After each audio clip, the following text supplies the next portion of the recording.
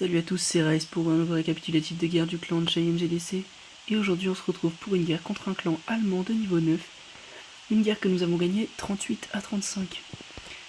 Alors le premier gameplay que je vais vous proposer, c'est un gameplay HDV8 pour vous montrer que les Valkyries sont aussi fortes en HDV8 qu'en HDV9 et que même en HDV10.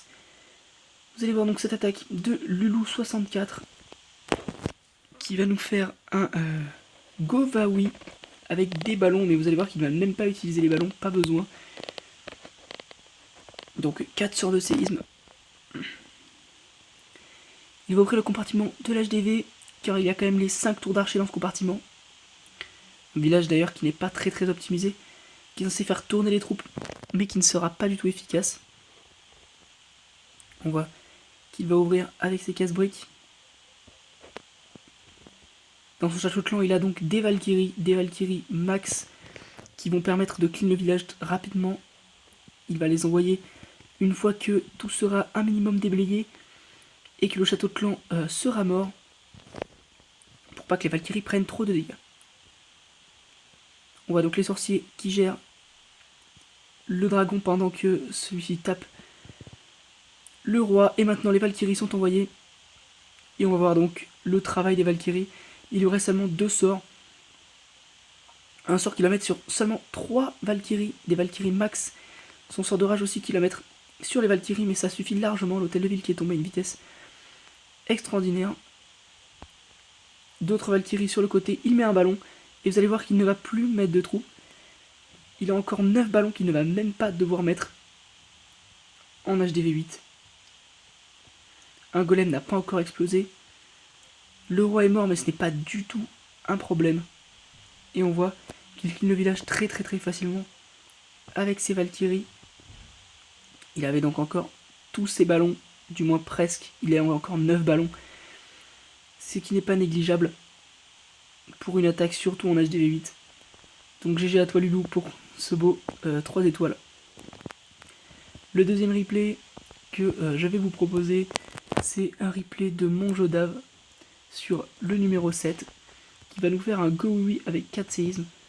Alors j'ai décidé de vous mettre ce gameplay parce que depuis la mise à jour, on ne voit plus trop de Go Oui, on voit souvent des Gohog, des Govahog, des compositions à base de Valkyrie. Du coup, quand j'ai vu cette attaque de Monjodave, je me suis dit pourquoi pas vous la montrer. Un joli Go Oui avec 4 sorcières. Il va donc ouvrir le compartiment du haut, envoyer ses sorcières. Ces sorciers, les 3 golems qui sont envoyés au même endroit, le sort de rage pour tuer le molosse plus rapidement et pour progresser avec les golems au centre du village plus facilement aussi.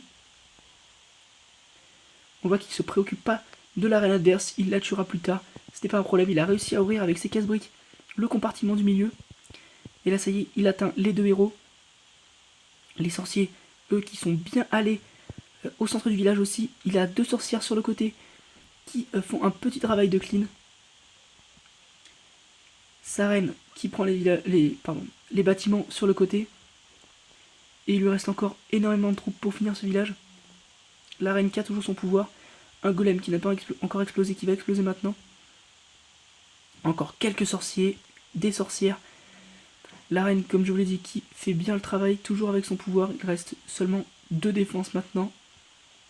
Un mortier et un canon. Et ensuite c'est seulement du clean. La reine qui va pas s'occuper de ses défenses pour le moment. Le mortier qui va tomber. Le sorcier qui reste en vie. Un petit peu miraculeusement. Il reste encore 2 sorcières. 2 sorciers.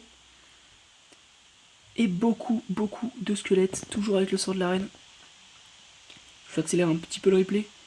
Car à ce moment là n'est pas très intéressant. La reine qui tape une réserve d'or et un mur, c'est pas très intéressant. Les squelettes, on voit qu'ils font quand même pas mal de travail, qui prennent quelques bâtiments. Et là on voit donc Monjodave qui garde le pouvoir de sa reine un maximum de temps, qui utilise maintenant, il reste plus que le canon, et la reine qui one-shot le canon. GG à toi Monjodave.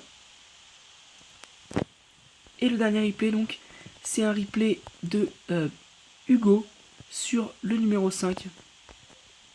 Hugo qui va nous faire un Gohog sans Valkyrie. Donc un simple Gohog, comme je vous l'ai dit. Je vous ai mis cette attaque parce qu'on voit plus trop de Gohog avec les Valkyries. C'est vraiment, on en voit mais toujours 2-3 Valkyries avec. Et cette fois Hugo nous a fait un Gohog sans Valkyrie sur le numéro 5, donc beaucoup de numéros quand même au-dessus de lui. Il va commencer son attaque par envoyer les golems à gauche, donc les 3 golems avec ses sorciers pour enlever les bâtiments parasites. Donc le Gohog, toujours classique, première partie d'attaque, les golems avec les sorciers pour tuer le château de clan, tuer la reine et déclencher un maximum de double bombes. 22 cochons dans cette attaque, le sort de saut qui est bien placé, qui va permettre d'atteindre la reine, ce qui est très important dans le Gohog, pardon. La reine qui progresse avec les sorciers et le roi, le Molos qui se fait gérer par les sorciers, et là on voit la reine qui va se faire tuer par le roi. Donc là le travail est fait, le gros du travail est fait. Pas de bombe géante encore explosée, mais ce n'est pas très grave. Les cochons qui sont envoyés par la gauche. Le premier sort de soin qui va apparaître le plus tard possible. Je vous conseille d'envoyer vos sorts de soin le plus tard possible. Lors d'un Gohog, on va voir que ça va bien réussir à Hugo d'envoyer ses sorts de soin très tard. Il les envoie encore une fois. On voit sur la trajectoire des cochons la double bombe qui va faire mal. Mais il reste encore des cochons qu'il a gardé. Il lui reste encore 4 cochons qu'il n'a pas mis. Un sort de soin qui est placé sur les dernières défenses, les derniers cochons qui sont envoyés.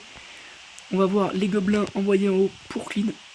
Très important, les troupes de finition dans ce type d'attaque. Surtout que là on voit il lui reste plus de héros, il lui reste seulement des cochons et un golem mais qui ne sera pas utile.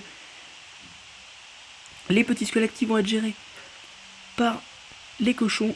Et là c'est du clean, je vous accélère un petit peu tout ça. Les cochons qui vont finir le travail et ça c'est fini vraiment à la seconde près. Donc GG à toi Hugo, très belle attaque en Gohog. Comme quoi on n'a pas forcément besoin de Valkyrie depuis la mise à jour pour faire un 3 étoiles. Donc GG à toi, bravo. Voilà, c'est tout pour ce récapitulatif de guerre contre le clan Bad Clasher. Moi je vous dis à très vite, ciao.